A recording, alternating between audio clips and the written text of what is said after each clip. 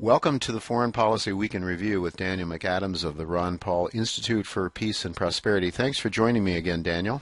Hi, Jay. Thanks for having me back. It's really always good to talk to you on this Good Friday today. Daniel, the news in the New York Times, Iran agrees to detailed nuclear outline. The story, the front page goes on to talk about how President Obama was awarded the Nobel Prize for Peace, and now finally after 6 years it looks like he might be getting somewhere. What I'd like to ask you is if you can just sort of educate us on the agreement that that the Times is talking about took place in Switzerland. Talk to us a little bit about that agreement. Who were the parties, first of all, to that agreement? Okay, the agreement was, it's called P5+1, which are the five members of the UN Security Council, which would be the US, the UK, Russia, China, and Japan, and the plus one is Germany, and then on the other side is obviously Iran. So those were the participants in the talks, and the rationale being some of the, some of the sanctions are simply placed on by the US, and some of them are put on Iran through the UN, and some of them are put on Iran through the EU. So I think that's why Germany had a seat at the table as well. So that's, okay. I think that's the reason for the structuring of the talks this way. They're not bilateral talks, they're multilateral talks. Okay, well, we've had lots of concern voiced over quite a few years about the possibility of Iran having a bomb. Never mind that Israel, I believe, has the nuclear capabilities. Never mind, that the United States has it. And has used it. And has used it. The only country to ever have wiped out, how many people? Hundreds of thousands. Hundreds of thousands of people instantly killed thanks to the United States nuclear bomb. And but in any event, a lot of consternation, a lot of concern about Iran possibly having a nuclear capability. And of course, Iran has claimed, and I think rightfully so, that it has the right to use nuclear energy, at least for its own energy needs. But tell us what this agreement entails, and so that we can understand a little bit about what this is all about.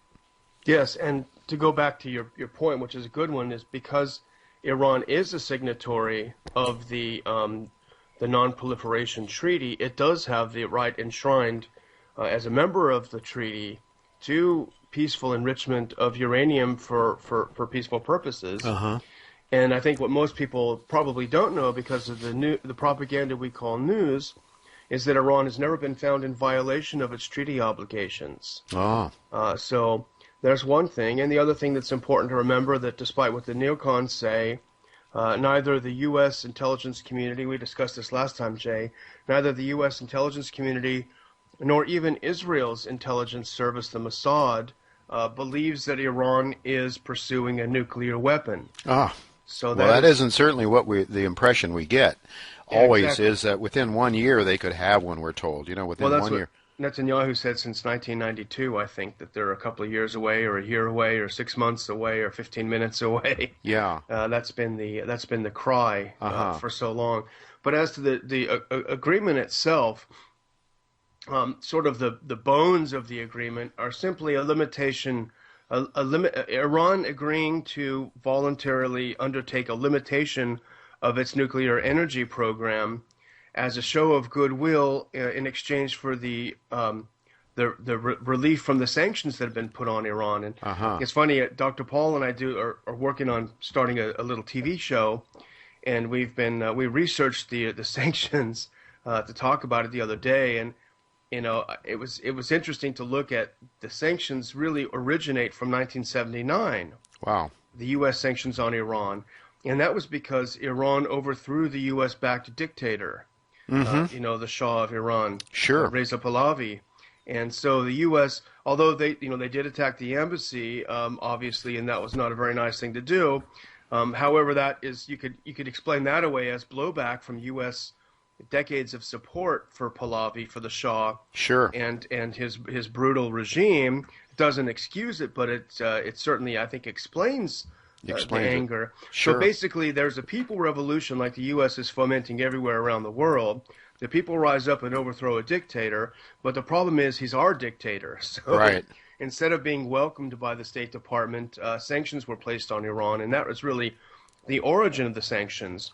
And then the second major round of American sanctions on Iran is just as curious. It was, if you remember, in the 80s when Iraq, who was then the U.S.'s ally, that's when we were giving all sorts of goodies to Saddam Hussein and urging him to attack Iran.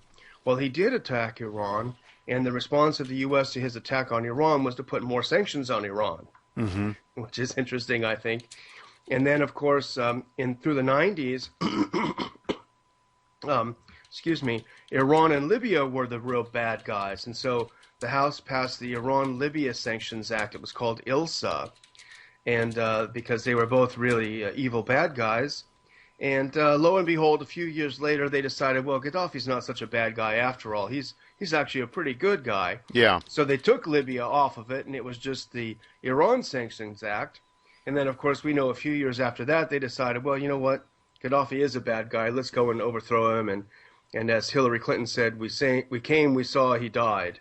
Right. That was the way she looked at it. So there's sort of in a nutshell, the sanctions regime, at least from the U.S. side. And the U.S. has had a lot of influence in the UN, of course, and in the EU. They've pretty much pushed and prodded them into accepting sanctions on Iran as well. But it's interesting when you look back at what were the motivating forces for the sanctions. After all these years, they seem pretty thin indeed. It wasn't based on an Iran attack against the U.S. or against Israel, for that matter. Or against Israel or anything of that nature. Yeah. So, well, Daniel, let me just ask you then, the agreement that these countries have just come to then limits Iran in what respect? Its nuclear capabilities to what degree? Does it limit it to just the use of nuclear energy? Yeah, well, it's always been limited to that. It's just it's much further limited even than that. And I can go through it actually really quickly. Okay. Iran currently has 20,000 centrifuges. Those are used. I'm not a nuclear engineer, but those are what's used to generate the isotopes that are needed. They currently have 20,000. Under this agreement, they'll only be allowed to keep 6,000 of those. So they're giving up a good deal of their centrifuges, and they're only allowed to use the first generation models. So the old non-upgraded models of centrifuges. So that'll keep the technology back. They'll be only allowed to enrich uranium up to 3.67%. And that's to, as you know, to make a nuclear bomb, you need to enrich to 90%. So that will keep them well away from that. Pardon me. The tricky part, and I don't know how this will be addressed. I suppose they'll have to import it. But using nuclear material for medical isotopes, I think requires 10% enrichment. So they're going to have to probably import that. In terms of Iran's current nuclear stockpile, they have about 10,000 kilograms of uranium. Under the agreement, they are going to be forced to reduce that by 97%.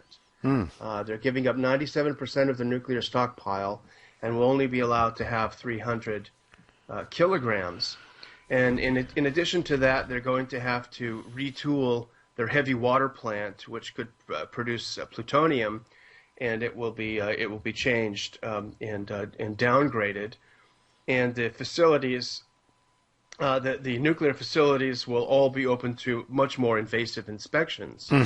So that's what Iran has given up, and it's funny because you see neocons like Matt Drudge will put up on his report that Iran has given up nothing, and it's just unbelievable. How could they do this? But when I look at the numbers, it looks like they've given up quite a bit. Yeah. And this is where the sticking point is going to happen, I think, and here's where some of the poison pills are planted, as they often are in these agreements. They're immediately after the sort of preliminary agreement was announced, there was a difference of opinion as to the lifting of sanctions. The Iranian side, from the text of the agreement, was under the impression, and it looks to me to be somewhat of a correct impression, that as soon as the International Atomic Energy Agency, which is a UN agency overseeing the Non-Proliferation Treaty, as soon as they certify that Iran has undertaken and completed all the things that we just discussed, then the sanctions, all economic sanctions based on Iran's nuclear program, would be lifted, full stop. Right? So in one fell swoop. And that's what Iran was pushing for, because otherwise The other side, especially the U.S. and France, were pushing for a phased out sanctions regime that would last for years, Hmm. which doesn't. It sounds like a bad deal to me. Yeah. Here, look, we did everything. Where's the sanctions relief? Well, you got to wait for Right. a few years. So thanks a Right. lot. What's the point? Yeah. And Iran is also, once bitten, twice shy, because a few years ago they voluntarily ratified what are called the additional protocols, and those were additional restrictions on Iran's nuclear program. They did it unilaterally in exchange for sanctions relief, and the U.S. just never bothered to give sanctions relief.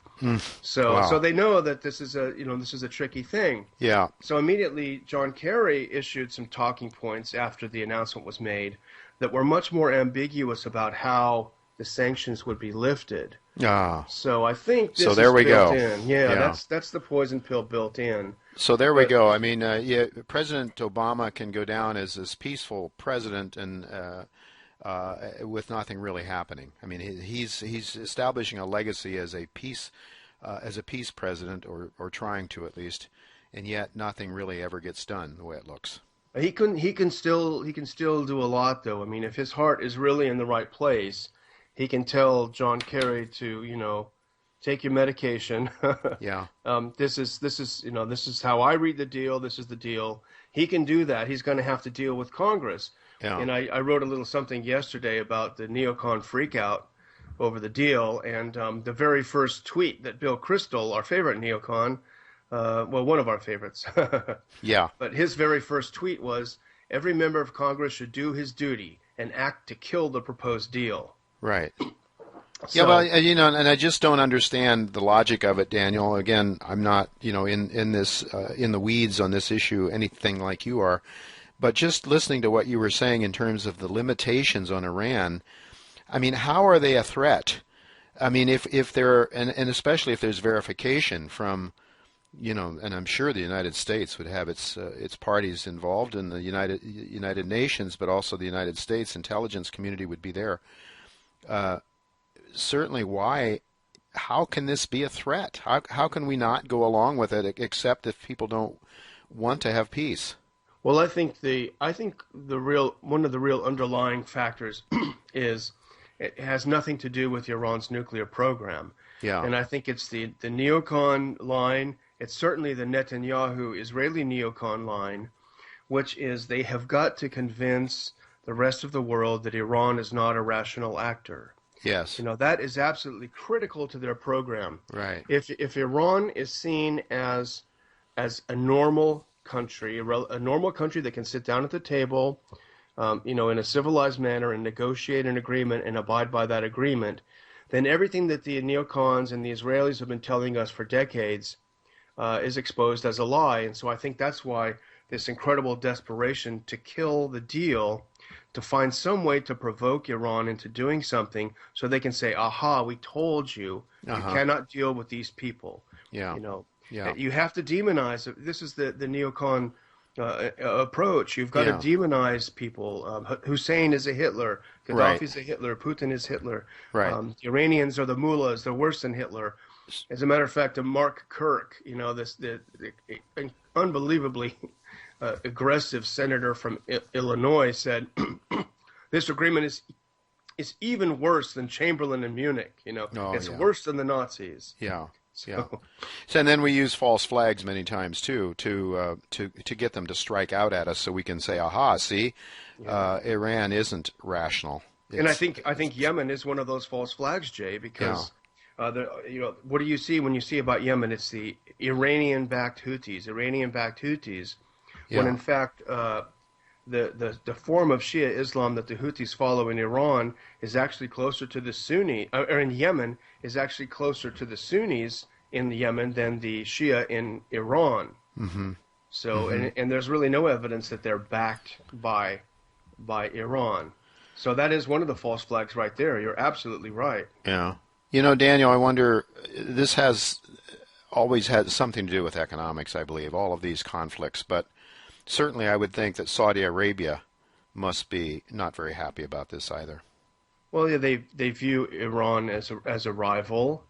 Their animosity goes back decades between the two between the two countries. There are sectarian differences. There are, as you say, there are geopolitical differences too, because they're both vying to be the big kid on the block, the real regional powerhouse. power. Yeah. Exactly. And so there's that as well. And of course, if Iran is allowed to start selling its natural resources again, that will make Saudi Arabia slightly less important, less geostrategically important.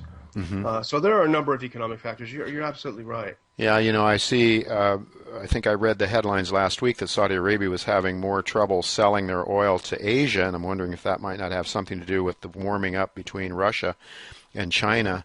But just looking at this, though, Daniel, because of, with China and Russia a party to this agreement, what sort of, do you have any comments on what larger geopolitical and economic issues might be at play here on this Iranian deal? I think I see what you're saying, and I think you're right. I think this is potentially the lining up of the two, what are becoming the two major poles. This is becoming the world is, I think, slowly moving toward a new bipolarity. Yes. And I think you do have on the other side the Russians, the Chinese, the Iranians, smaller players like maybe Armenia, Azerbaijan. And certainly some in Central Asia and elsewhere. I think that is what's happening, and what I wonder, with that in mind, the Israeli Prime Minister Netanyahu, of course, as expected, has really gone over the top with his rhetoric after the deal was signed, and he said, "Now we just looked at the terms of the deal, but here's his take on it. You and I looked at it, and we said, okay, that sounds like they're giving up quite a bit." Yeah. Well, Netanyahu said, this deal does not block Iran's path to the bomb. It paves Iran's path to the bomb. How is that? How does he justify saying that? He does that. So he's saber rattling, and I think he wants everyone to think he's ready to attack Iran. But I find it fascinating, and I think it's a huge bluff. And I think I don't think the Israelis are that stupid. They're not stupid people. It carries with it enormous risk. Israel after Gaza and after various Israeli operations, world opinion has outside of the U.S. has really soured toward Israel. Even in the U.S., the enthusiasm is dampened. So world opinion has soured a lot toward Israel. If the world is breathing a sigh of relief that a deal has been reached with Iran that seems pretty fair, and all of a sudden Israel unilaterally starts bombing Iran, I think world opinion is going to shift in such a dramatic fashion against Israel. I just don't think they would do something to put even their very existence at such risk.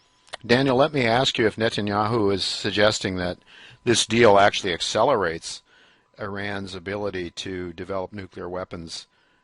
Well, how does he justify saying that? Given the things you just talked about, the restrictions that have been placed on them, how does he justify making a statement like that? Well, I know this is going to shock you, Jay, but what Netanyahu says is this is going to let them build nuclear bombs, quote, in a few years. So, which is what he's been saying since 1992. Yeah, since 1992. Right. The Israeli position and the U.S. neocon position, I shouldn't say the Israeli position because that's inaccurate and that's overly generalized. Sure. The Israeli neocon position, the Israeli hardline position, and the U.S. neocon position is simply that Iran must completely capitulate. They have to give up their entire nuclear program, and it's a bit rich coming from the Israelis who are not signatories. They're not members of the Non-Proliferation Treaty. They have proliferated nuclear weapons, which makes them, in a way, a sort of a pariah state in the world that they haven't bothered to join. So for them to go ahead and try to dictate the rules to people who have joined is a little bit cheeky, right. I think, right. if not more than that. But I think that's what Israel wants. They want Iran to give up everything, whereas Iran, however you feel about the Iranian government and everything, they've essentially played by the rules. And they've given up a lot of their sovereignty to allow these inspections. You think the Americans would allow the Iranians to come inspect our facilities? Hardly, hardly. Well, Daniel, let me just ask you then, handicap this for us. What's the possibility that something good can come out of this, that this thing could move forward and we could have a more peaceful Middle East and a more peaceful world? What are the odds? I mean, I've been, and I'm an old guy now, I've been around for a long time, and I must say I'm very, very skeptical. Yeah, I have to say, I mean, just speaking personally, I've not been a huge fan of these talks and agreements because, frankly, I don't think they're necessary. If we believe in national sovereignty and if we believe in a non-interventionist foreign policy, it's absolutely none of our business how many centrifuges Iran has. As long as we don't see it directly moving toward an attack on the U.S., it absolutely makes no sense. So I view the talks just in in pure form as a threat to the concept of national sovereignty, where a group of nations can gang up and force you to give up aspects of your sovereignty. And I find that dangerous, and I find it unpleasant. However, to the extent that it will forestall a major war in the region where maybe millions more civilians will die, I think we have to reluctantly embrace the process because the outcome at least has a possibility of forestalling this war, this conflict, additional so many dead. So with that in mind, my handicap would be, I think this next few weeks, probably at least through June, when they're supposed to have a framework put in place. I think until then, I think it's an extremely volatile situation. I think, we could see false flags.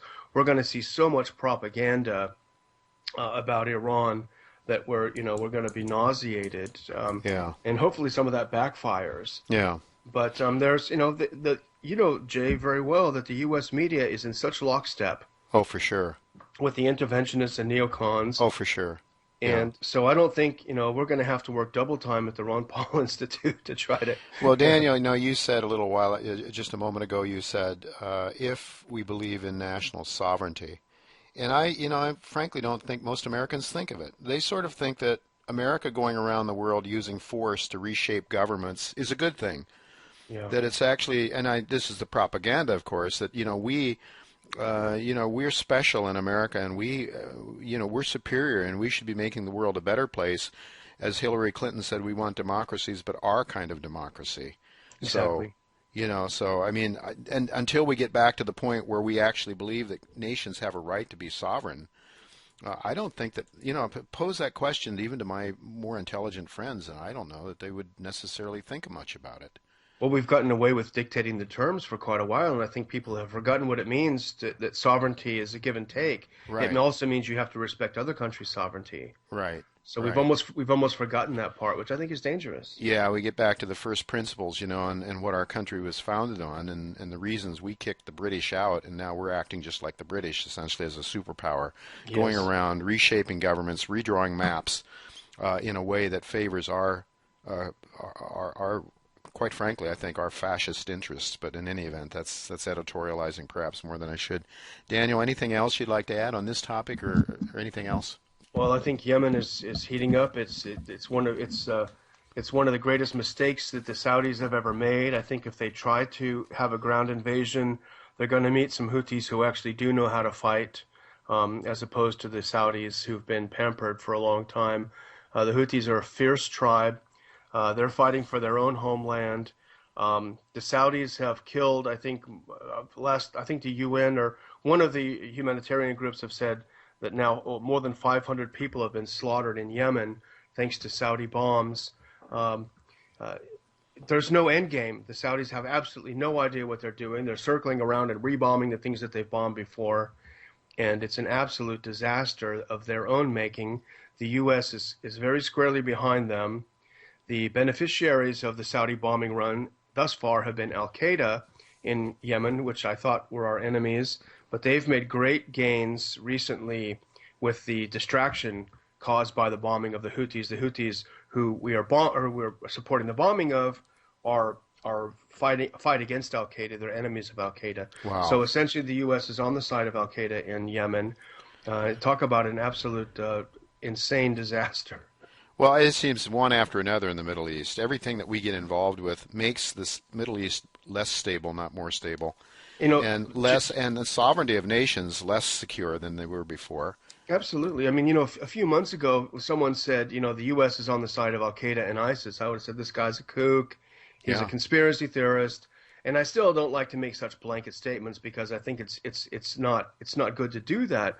But everywhere I see the U.S. intervening in Syria and in Yemen and in Libya, it's always to the benefit. So either there is something evil going on, or Hmm. the people who want to control the world from the State Department and the Pentagon are just so darn stupid.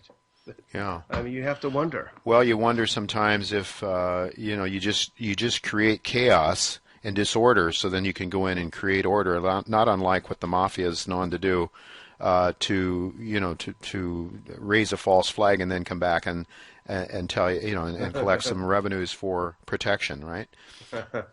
Maybe that's what's going on. I don't know. I mean, I can't. It just doesn't make any sense. All I can see is from our discussions here, Daniel, week after week, is greater confusion, greater chaos, less stability, more poverty, more destruction, and it's I don't know. It's just this is what I suppose what superpowers do, but it's not what our country was founded to do for sure. Absolutely.